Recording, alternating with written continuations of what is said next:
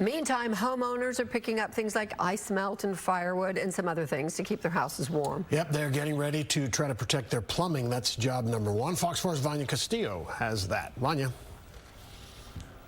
Hi, Heather. Hi, Steve. Yeah, if you want to be able to do this, it's probably really important ahead of the freeze that you keep an eye on this. Well, we're starting where plumbers say they get the most calls after a freeze. The number one thing that we usually get calls for are leaking hose bibs. Okay. Usually that's one thing that goes first just because it's on the exterior wall. So these are frost hose bib covers. They cover the hose bib. This is probably one of the best actions you can take against the cold weather.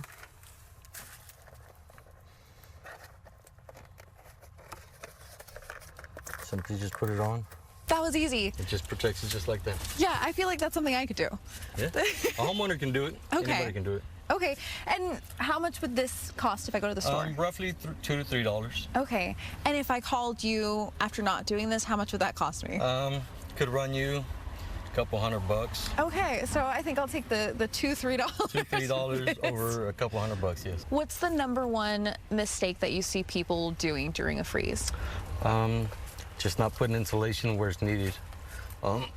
Insulation would really need to go on anything outside, exterior, any faucets, any lines that you have coming out the ground, or even draining them down if you're not using them or it's a vacant home.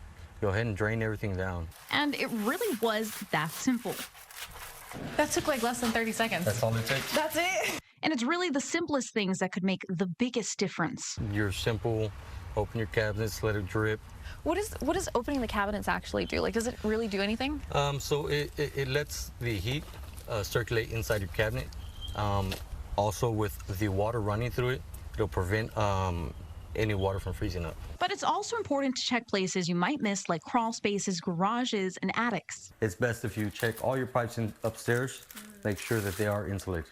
And you need to be on high alert after the freeze. Once it warms up, between